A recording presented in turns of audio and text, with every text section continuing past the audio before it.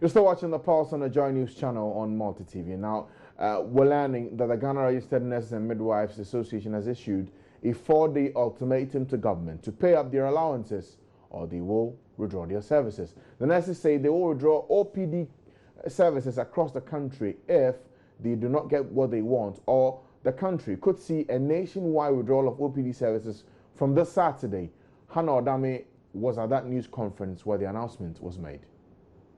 Nurses across the country are sending an alert. They call it the red band, and their reason is because a lot of things that they have requested for their concerns have not been addressed over the years. I have with me Cindy Oforiapia, second in command here, and she's going to explain some of the reasons why they have decided to start this red band project. Now, you talked about the fact that some of your arrears have not been paid, and so you are giving government a deadline. If nothing is done, you're going to withdraw OPD services. Yes. We've made our grievances known to the government, and then up to now we've not heard anything. So now we are using the red band as a sign of caution to the ministry and the government that they should come to our grievances. We are doing the red band from now to 6th. We are still doing our OPD services. By from 6th, if we don't hear anything, we'll be withdrawing OPD services only to emergency services. Let's go to the substantive issue. What exactly are your problems? The first thing is our arrears. We have arrears issues. Some people are working and their arrears are not back. Promotional arrears. That's another thing that we are fighting for. And then we have issue with the intention letters that we pay for that form. Meanwhile, we want to go to school and get the knowledge and come and help the ministry or the service. And then our arrears, some people are working and they have only 3 months salary. The rest is not being paid for almost 10 months. Some are working without their salary. And it's very difficult. And then we have the graduate nurses who are at home and they're not giving the employment. We need them on board. We need them. Okay. We need them to come and support us. There are shortage everywhere. We need them to come and support us. Have you officially communicated these concerns? I know you've done over the years. Last year, I remember there was one. Have you officially communicated this particular red band also to them, to government? Yes, we have our association and we have eligible, responsible executives, and they've done that. On the 6th of November, if you don't hear any good news, I call it good news, you're going to withdraw OPD services. Yes, if we don't get any feedback, any successful feedback, then we withdraw all OPD services and then we attend to emergencies. After emergencies, and then we don't hear anything, then we draw out. Now, this feedback you're asking for, you know it's a lot because you're demanding about 6-7 things. Are you requesting all of these to be fulfilled at once? Yes, please. We are here at the General Hospital, and with me is Vera Banfo, who is also joining her colleague nurses across the country on the red banding. For me, I work with the medical department, and we have about it's a 20-bedded ward, and the nurses there, I tell you, it's difficult even running because with a shift work, we need to have people at a particular shift all the time, and we can't. If it's like the patients, they always exceeds the number of the nurses on the ward. So definitely we need people to help us. We need nurses to come in to help us with the work there. Let's now delve a bit more and ask some questions of this decision that's about to be taken. In fact, it's already been taken. That 4 days ultimatum, you don't give us what we want or we will withdraw our service. But let's get more on this. Douglas Edufoko is to my extreme left. He is the regional public relations officer for the Ghana Registered Nurses Association. Thank you for coming, sir. You're welcome. Also in the studio is Prince Upuni Frimpong, the regional secretary of the Ghana Registered Nurses Association. Gentlemen, thank you for coming today. Thank you. I will begin with you, Douglas. Douglas, I look at your statements that you've issued. 8 issues you raise as things that need to be done. Otherwise, you are withdrawing services starting 6th November. Let's start with the first one on the unpaid salary arrears and related issues. What is the problem there? My brother, I would love to greet all the nurses and midwives in the country, especially Greater Accra region. Taking a look at our 8 concerns raised, the first one is the unpaid salaries and then arrears. We are in this country whereby our authorities directed that there is going to be 3 months policy. And trust me, this 3-month policy came, and they told us that after paying your 3-month salaries, they are going to make sure that you fill some forms, and then they will backdate all the arrears. Interestingly, to date, we have numerous of us, affected members, more than 2,000 of them, who the government is still owing their salary arrears, some of which are not even paid at all. We have issues. We have in Western Region, for instance, I know of more than about 20 of them who have worked for 36 good months, 2 years plus a month, 31 instead, 2 years, 6 months, 7 months, without a single salary. So let me ask you, you working here as a journalist, could you just contain that? Working for multimedia for even 2 years without salary? Let's be realistic enough. It can't happen anywhere in the country. See, we nurses and midwives, we really love the nation. We love our clients, we love our patients. And that's why always, when we are about to take action, we delay. Because we always believe in Jojo. We Jojo. When it fails, we have no other option than to back out. Okay, so now that you speak of the unpaid salary arrears, you've mentioned the instance of 31 months that has not been paid. Do you know why they have not been paid? When you go, they'll tell you that the HR's delay submission. But I think where we've got into is beyond the HR, because to the best of my knowledge, all the due documents have been submitted. It's left with the finance minister to issue the clearance to pay those people who have worked for 31 good months without salaries. Okay. And also make sure that we get enough funds to also pay all the backdated arrears, so that at least our nurses and midwives will be caring for their patients with smiles. Let's begin to appreciate this. For the over 2,000 of your members employed from 2014 up until now who have not been paid, when you talk about arrears, how much are we looking at collectively? We're looking at a range of 5 months to... No, I mean the total amount of money that needs to be paid. We can't, because it differs. That's why I was just quoting the range. Because even recently, those who were just recruited last 7 months, they were saying they go by their 3-month policy. But surprisingly, only 1 month was paid this month. Let's see if I can work up my maths this afternoon, so people begin to appreciate. For each nurse, what's the average salary? We wouldn't disclose it. But what I want to say is that... Okay, give me the range, if you can't give me the specific amount.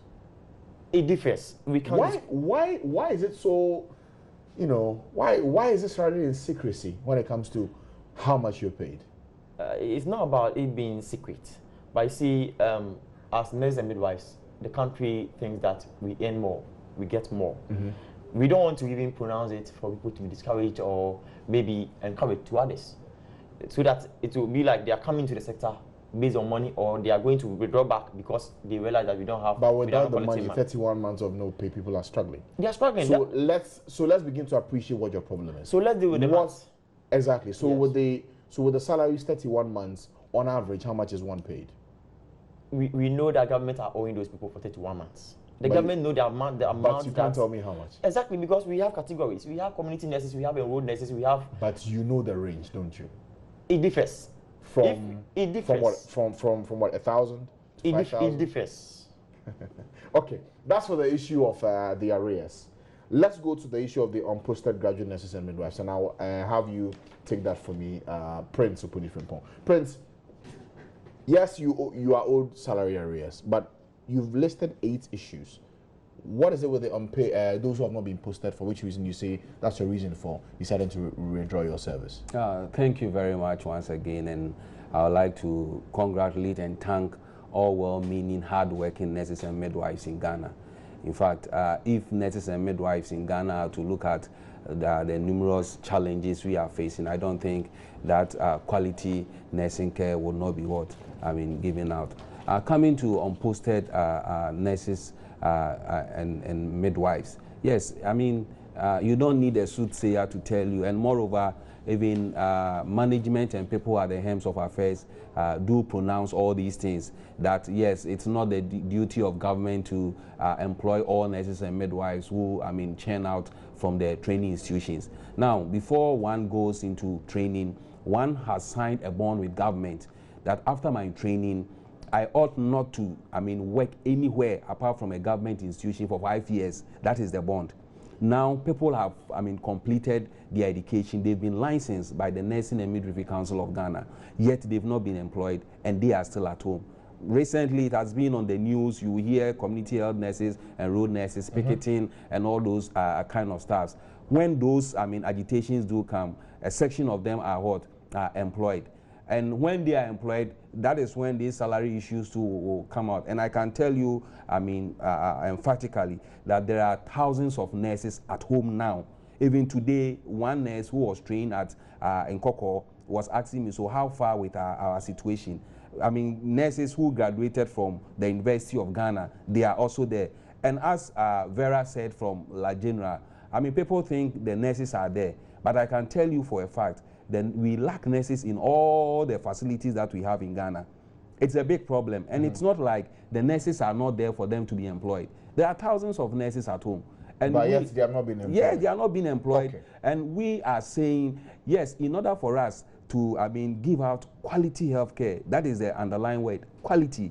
Yes, when you go to the various facilities, healthcare, is given. But I can assure you, if there are 100 of nurse patients or 200 of patients out there that needs to be taken care of by nurses, and the nurse knowing that, hey, these people have been there for long, so I have to attend, to them. You can just imagine if it has to take 10 minutes for me to give an explanation of a procedure to a patient before I do what? I carry out with that procedure, because looking at the number of patients that I need to attend to them so that their numbers, the number of hours they've been waiting out there will be curtailed. I'll just cut it short. Instead of 10 minutes of explaining procedure to the patient, I'll just give 2 minutes explanation, and the patient will not understand, whatever you are doing to that person. Definitely, when the patient goes out there, this nurse was rude, this nurse was not patient, he just said anything and just went out. So the underlying word is quality healthcare. And we have the view that when we have the numbers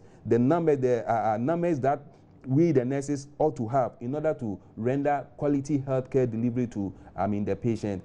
Smiles will be on the face of all our well-meaning tax-paying Ghanaians. Okay, so just to digress, you're saying that we are seeing more and more nurses be rude in hospitals because they have so many concerns that have not been addressed.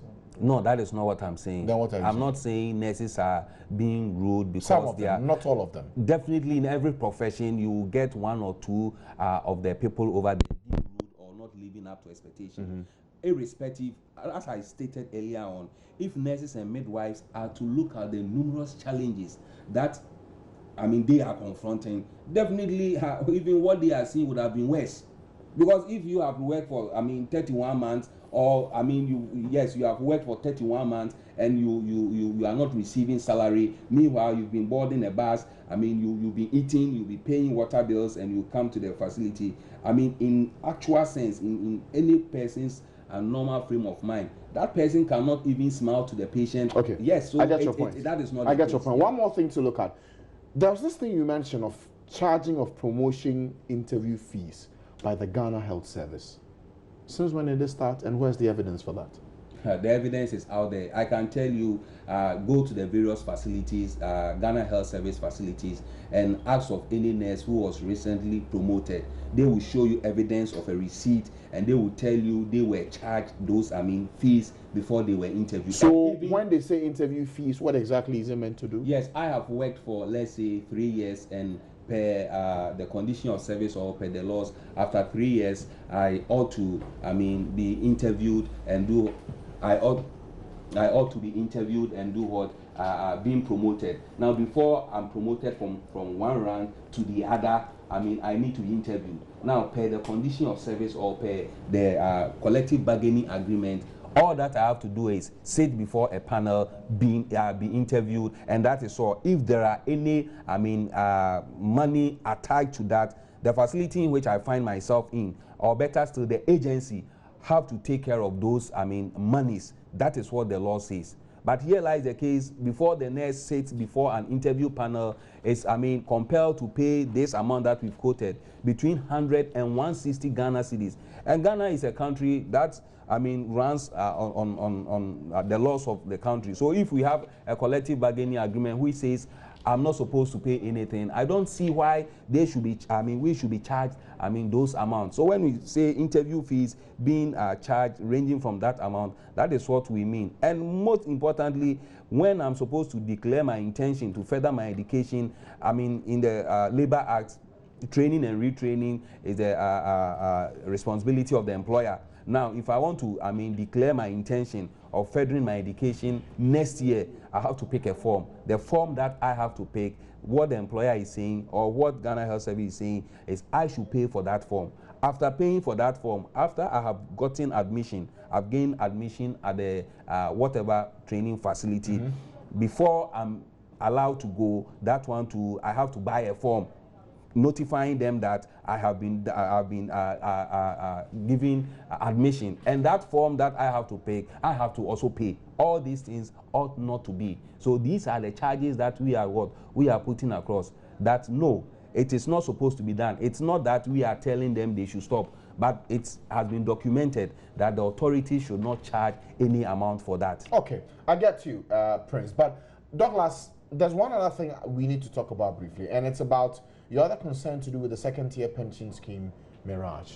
Already, we've heard from the group say that 2 weeks government, tell us where the money is, how much is in the account, or we will begin a series of demonstrations. What is your peculiar issue with the second-tier pension scheme?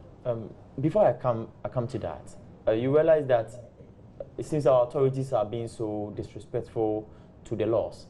You see, when you talk about laws, it's not just the Ghana Constitution one. I mean, the rules and regulations even guiding the institutions. Before me, we have the conditions of service duly signed somewhere in April.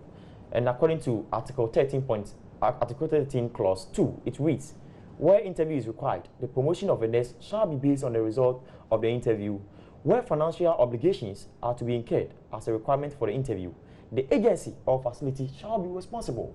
So in case the agency is not able to pay and then justify that there is no enough IGF, it means the facility, the agency, which is Ghana Health Service, the CHAC or the Teaching Hospital, are able to should be able to pay because it's their mandate. So if they are not respecting these rules and regulations and then signed condition, then it's quite unfortunate the kind of leadership we have in Ghana here. Okay, let's not touch on the back to the tier 2. You recall we embarked on a labor strike. I mean, we embarked on a strike previously, whereby the case was sent to court for the lawyers and the judges to advise us.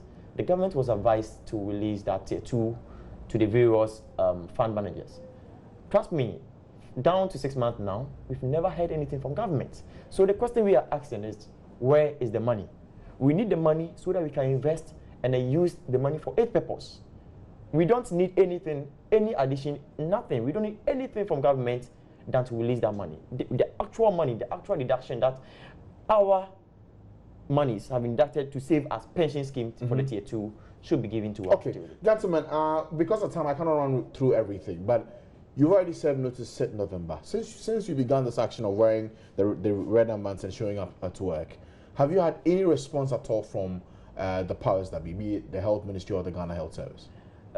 Yes, indeed. Yesterday there was a notice that they are engaging our national executives in a meeting, and then there are some developments coming that the authorities are going to write another letter or circular to the various stakeholders to make sure that they heed strictly to the advice on the promotional interview. And also, as per the notice, it indicated that for the internship form for the studies, they are saying still they are going to collect the monies for furthering of education. How much is it? How much is it, by the way? Some 30 cedis, it ranges. It depends. And sorry, just to understand, the form you are failing to tell the organization that you are going to school. You have an intention to go to school. That's it. That's it. That's 30 Ghana cedis for the paper. Yes. Are you given a receipt for this? Some of them, yes. Some of them, yes. I would really love to see those documents. But honestly, we are not satisfied with the development coming. But let's see the decision that the council will make out of this, because we are tired of the circulars. The circulars are already there. So what prevents the authorities, the Ghana Health Service Director General, from sanctioning or penalizing those who are disrespecting the rules and regulations given by the Ghana Health Service and as per the conditions of service? They need to be penalized indeed. Okay. Thank you, gentlemen, for coming today. I'm sure that for whoever needs to know more about this, you've heard the details themselves from the Ghana Registered Nurses Association. 4 days to go. If nothing is done, expect that at OPD, the outpatient departments of hospitals across the country, you may not find the nurses there because they have already made it clear, resolve their issues or they will not turn up for work at these centers. But thank you, sir. Thank you, gentlemen, for joining us this afternoon in the studio. They are representatives from the Greater Accra Regional Office of the Ghana Registered Nurses Association of Ghana. Now, the Minister of Employment and Labour Relations, Haruna Idrisu, has admitted that government has captured uncompleted projects in its 2016 manifesto Green Book as having completed them. Noticeable among some of the projects touted by the President as his achievements under the health sector is the construction of 5 polyclinics in the Western region in areas such as Wasadunkwa, Bogoso, Nsuayem, and Mpoho. Mr. Idrisu was speaking on the Super Morning Show with host Kojo Jackson. But this is a matter of concern, Mr. Idrisu. 5 polyclinics that don't exist. I should, without any hesitation, admit that it's a regrettable omission of misarrangement of that particular paragraph. What remains important is that our record in health infrastructure and its development is unparalleled in the country's history. A misarrangement in the sense that if you look at the paragraph preceding where you've raised a genuine issue, it says initiation of processes for the commencement of 5 district hospitals. For instance, Somanya, Bupe, Solatuna, Kalba, Tolang, and Wita. Indeed, only this weekend that I got the member of parliament for Bupe together with the GC and the incumbent member of parliament to discuss even land site, which was a problem for the entity which was to construct those 5 district hospitals. As we speak, the 5 polyclinics intended for the western region, as you rightly pointed out, was Wasadunkwa, Bogosu, Nsuayem, Mpoho, and Elubo are before Parliament. So it should have belonged to the category of polyclinics to be considered for construction, because it's now that Parliament is subjecting it to the approval processes. Indeed, it should not belong to the category where we have, in error, said that it's been completed and are currently operational. So that's a very regrettable omission and an error which, based on our record, should be pardoned. It is not intended to deceive. It's just in the arrangement, because there is even also another 5 polyclinics being developed for a Greater Accra region. I do know that Medina is part of it. It's also in the middle of the process. So I believe that this should have belonged to initiation of processes for the commencement of 5 district hospitals, which will be both for Western region and the Greater Accra region. And I do know that in many of those areas, soil test is being conducted. So to the people of Bogosu, Wasadunkwa, Mpoho, and Elubo, is a promise that the government have made, which will be honored and work will commence very soon. So it's a regrettable omission. Does it make you worry? Oh, that there might be more? Not really. No, subject all the manifestos to that test. I think I respect that. And in governance and in public life, why don't you make mistakes? Mm-hmm. Yeah, right. So are you not worried that there might be more? No. Especially when we have a record. I mean, we constructed the regional hospital for Brown Half region. It's part of the NDC record that the Volta region has a regional hospital, which has contributed to improving the delivery of health services and quality of health in Ghana. The statistics on infant and maternal mortality is an improved one in the last decade. And you have a record that the Greater Accra Regional Hospital is almost completed. The President has a program to ensure that every regional capital has a regional hospital. Upper West is ongoing in Wa. Boga Tanga in the Upper East region is ongoing. So based on the record, you will know that it was not intended to deceive. It's just, as I've said, misarrangement. There are some who think that this has come about because someone bothered to check. No, and that I mean, if we were to bother to check everything in this manifesto, who's to know what else we might find not to be accurate? Go ahead. Nobody is preventing you. It's our pledge to the electorate. I'm saying that they will look at our record. When a friend promises that he'll give you a hat, what you do is to look on his forehead and head and see if he's wearing one. We've worn one before. We've constructed many.